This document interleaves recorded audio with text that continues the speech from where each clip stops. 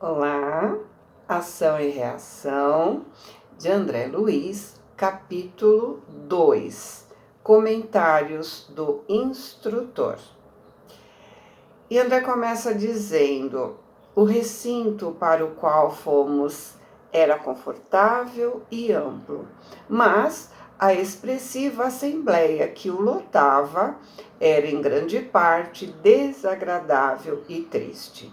O clarão de vários lustres podíamos observar do largo estrado em que nos instalamos com o orientador, os semblantes disformes que, em maioria, ali se reuniam.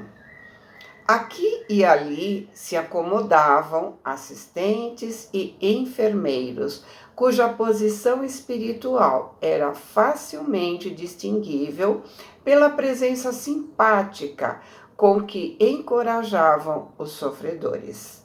Calculei em 200 aproximadamente o número de enfermos que à nossa frente se reuniam. Mais de 2/3 apresentavam deformidades fisionômicas, ou seja, mais ou menos 140, dos 200, tinham deformidades na aparência, tinham coisas estranhas na pele, aleijões, enfim. Quem já visitou um sanatório de moléstias da pele, analisando em conjunto os doentes mais graves, poderá imaginar o que era aquele conjunto de almas silenciosas e dificilmente reconhecíveis. Notando a quase completa quietude ambiente, perguntei a Druso quanto à tempestade que se contorcia lá fora, e o generoso amigo me informou que estávamos em salão interior da cidadela, exteriormente revestido de abafadores de som. O ruído da tempestade não penetrava o ambiente. Integrando a equipe que dirigia, Hilário e eu passamos a conhecer companheiros agradáveis e distintos, os assistentes Silas e Honório e a irmã Celestina, 3 dos mais destacados assessores na condução daquela morada socorrista. Não nos foi possível qualquer entendimento, além das saudações comuns, porque o orientador, após indicar um dos enfermos para fazer a oração de início, que ouvimos emocionadamente, tomou a palavra e falou com naturalidade, como se estivesse conversando numa roda de amigos. Irmãos, continuemos hoje em nosso comentário acerca do bom ânimo. Não me creiam separado de vocês por virtudes que não possuo. A palavra fácil e bem posta é, muita vez, dever espinhoso em nossa boca, nos obrigando à reflexão e à disciplina. Também sou aqui um companheiro à espera da volta. A prisão redentora, a carne nos acena ao regresso. É que o propósito da vida trabalha em nós e conosco, através de todos os meios, para nos guiar à perfeição. Limitando seus impulsos, agimos em sentido contrário à lei, criando aflições e sofrimentos em nós mesmos. No plano físico, muitos de nós supunhamos que a morte seria um ponto final aos nossos problemas, enquanto muitos outros se acreditavam privilegiados da infinita bondade por haverem abraçado atitudes de superfície nos templos religiosos. É o que não falta, né? Pessoas que nos templos assumem atitudes que não condizem com as atitudes do dia a dia. No entanto, a viagem do sepulcro nos ensinou uma lição grande e nova, a de que nos achamos indissoluvelmente ligados às nossas próprias obras. Então, é preciso tomarmos cuidado com o que fazemos. Muitas vezes achamos que porque fizemos as obrigações que a religião que seguimos nos sugerem como obrigação, muitas vezes achamos que fazer alguma coisinha em benefício do próximo nos garante o céu. Se eu fui desonesto, mesmo que eu tenha beneficiado alguém além de mim, terei essa conta para pagar. Por quê? O bem que fazemos não anula o mal que fazemos. Não existe essa troca de bem pelo mal simplesmente. Não existe compensação nesse caso. É como na escola. O fato de eu ser excelente aluna em determinada matéria não me faz passar de ano, se for péssima em outra matéria. Para passar de ano, eu preciso ter a nota mínima em todas as matérias. Lá não existe um conselho de classe que aprova sem que o aluno tenha merecimento. Portanto, não é o fato de frequentarmos igreja ou fazermos algumas doações que vai nos garantir o céu. Já vimos isso em obras anteriores. Mas é sempre bom lembrar que eu não perco o que eu já aprendi, mas preciso aprender o que eu ainda não aprendi. Voltando. Nossos atos tecem asas de libertação ou algemas de cativeiro para a nossa vitória ou nossa perda. A ninguém devemos o destino, senão a nós próprios. Entretanto, se é verdade que nos vemos hoje sob as ruínas de nossas realizações deploráveis, não estamos sem esperança. Se a sabedoria do nosso Pai Celeste não dispensa a justiça para se evidenciar, essa mesma justiça não se revela sem amor. Se somos vítimas de nós mesmos, também somos beneficiários da tolerância divina, que nos abre os santuários da nossa vida para que saibamos espiar e solver, restaurar e ressarcir. Ou seja, não somos castigados pelo que fizemos, apenas temos que aprender a não fazer da forma errada. E a tolerância divina, como ele chama, nos permite pagar, dissolver, restaurar, ressarcir, reconstruir.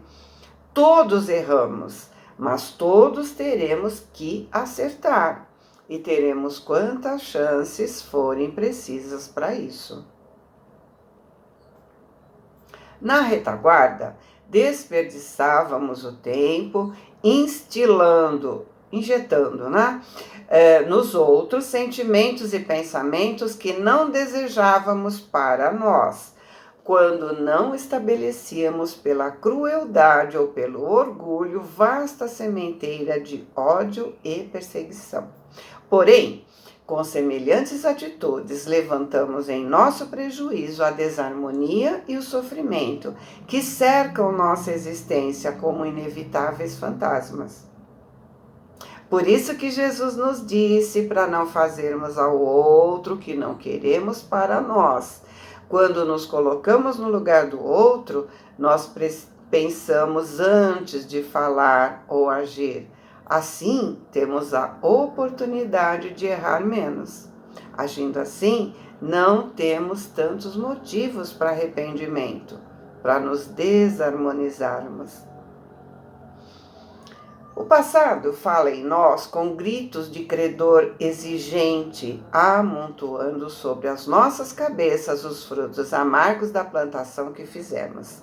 Daí os desajustes e enfermidades que assaltam nossa mente, desarticulando nossos veículos de manifestação, somos herdeiros de nós mesmos.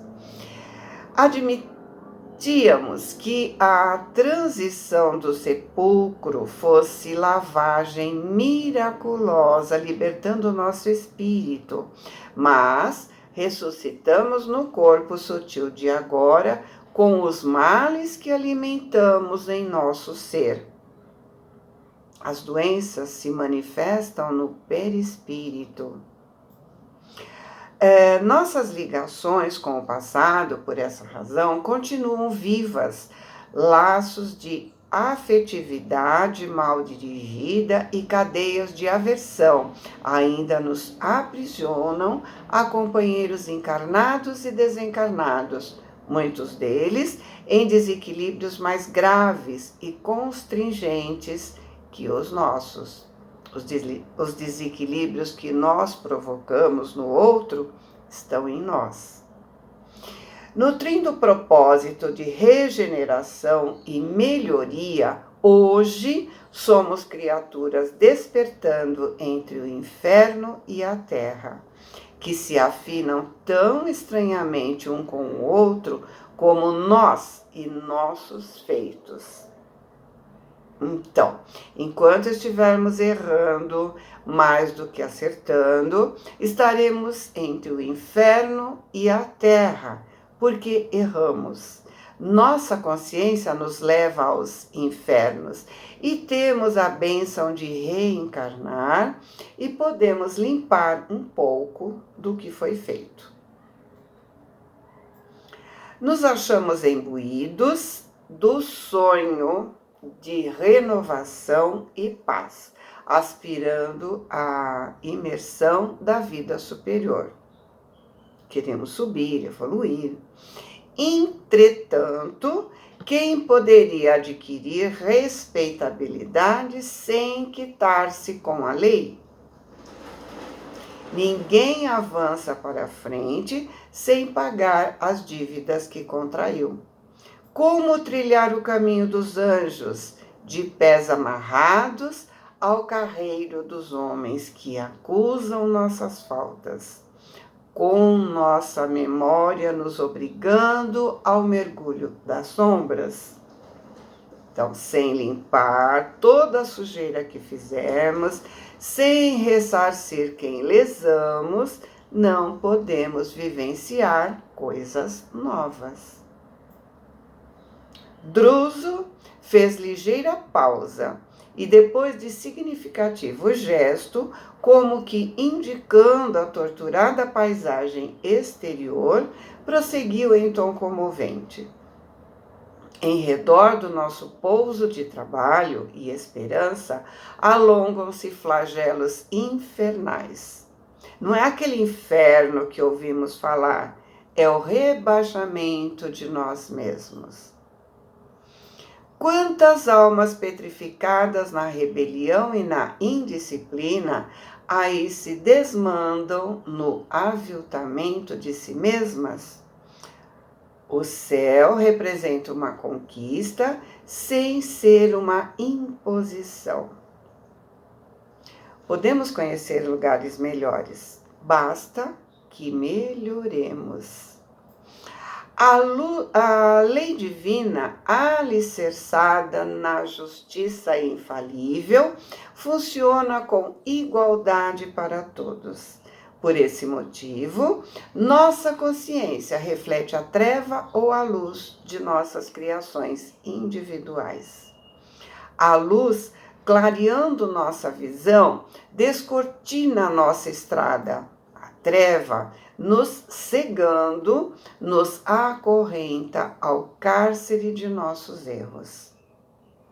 O espírito em harmonia com os desígnios superiores descortina o horizonte próximo e caminha, corajoso e sereno, para diante, a fim de superá-lo. No entanto, aquele que abusa da vontade e da razão, quebrando a corrente das bênçãos divinas, modela a sombra em torno de si mesmo, se isolando em pesadelos aflitivos, incapaz de seguir à frente.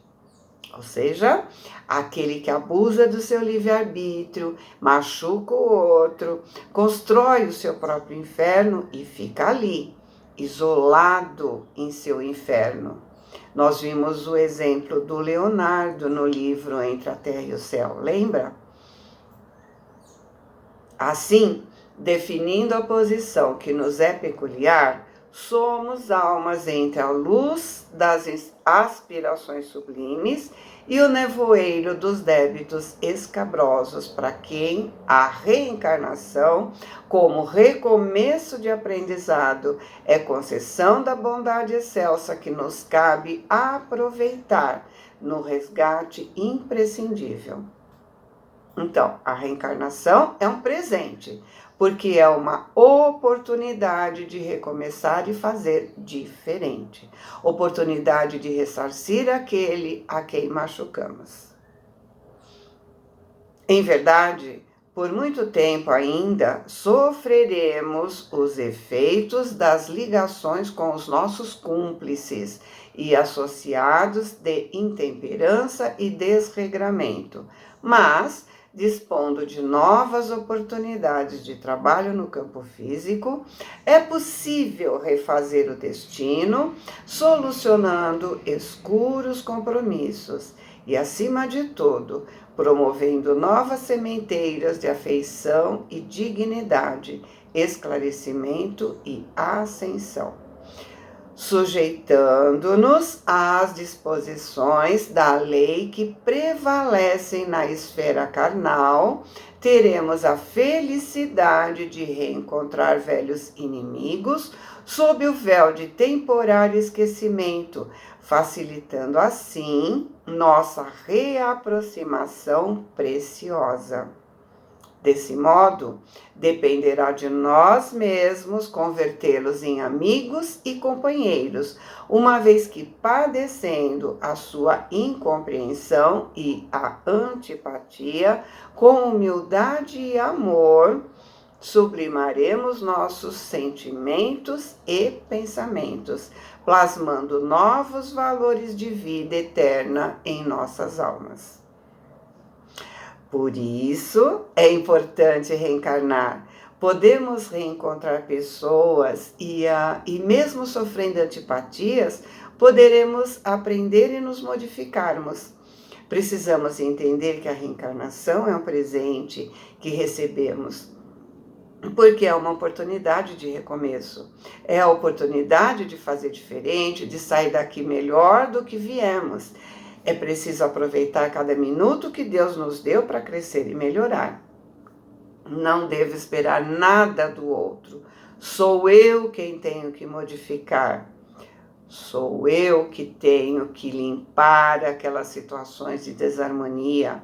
Se a outra pessoa não aceitar minha amizade, minha presença, é problema dela.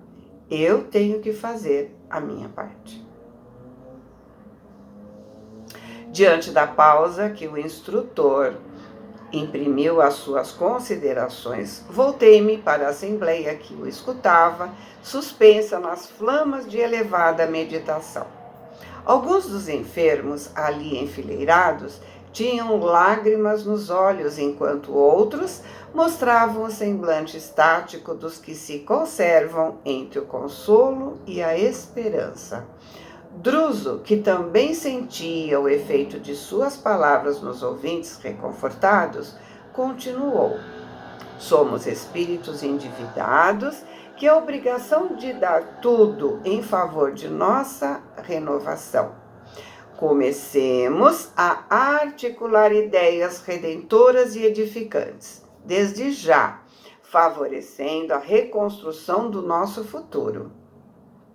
Então, o poder de nossa mente, né? Somos o que pensamos, somos o que sentimos. Nos dispomos a desculpar os que nos ofenderam, com o sincero propósito de pedir perdão às nossas vítimas. Então, somos muito orgulhosos, por isso é tão difícil pedir perdão. Orgulho, egoísmo e a vaidade são as âncoras que nos prendem, que nos impedem de crescer. Se eu não consigo chegar naquela pessoa difícil, nada me impede de mandar vibrações de amor. E ele continua: cultivando a oração com o serviço ao próximo, reconheçamos na dificuldade o gênio bom que auxilia a nos desafiar ao maior esforço. Reunindo todas as possibilidades ao nosso alcance, espalhemos nas províncias de treva e dor que nos rodeiam o socorro da prece e o auxílio do braço fraternal, preparando o regresso ao campo de luta. O plano carnal em que o Senhor, pela bênção de um corpo novo, nos ajudará a esquecer o mal e replantar o bem. Para nós, herdeiros de longo passado culposo, a esfera das formas físicas simboliza a porta de saída do inferno que criamos, superando nossas enfermidades morais e extinguindo antigas viciações. No triunfo sobre nós mesmos, purifiquemos nossas qualidades de espírito, a fim de que, em nos elevando, possamos estender a mão amiga ao que se encontram na lama do infortúnio. Nós, que temos errado nas sombras, atormentados viajantes do sofrimento, nós, que conhecemos o deserto de gelo e o suplício do fogo na alma oprimida, poderíamos acaso encontrar maior felicidade que a de subir alguns degraus no céu para descer com segurança aos infernos, de modo a salvar aqueles que mais amamos, perdidos hoje da mesma forma que nos achávamos ontem, nas furnas da miséria e da morte? Então, lembra da historinha do peixinho vermelho que o Emmanuel contou lá no prefácio do livro Libertação? Então, é preciso nos melhorar, nos modificar de dentro para fora, para conseguirmos subir de um degrau, para podermos voltar e ajudar aqueles que amamos e continuam em situações tenebrosas. E devemos ser gratos àqueles que nos amam, porque são eles que nos ajudam, são eles os nossos peixinhos vermelhos. Ou seja, são eles que nos intuem, que nos levam a estudar, nos levam a ouvir palestras. Voltar à vida não é punição, é oportunidade. Eu vou parar porque não vai caber todo nesse filminho, então nós vamos fazer uma segunda parte, ok?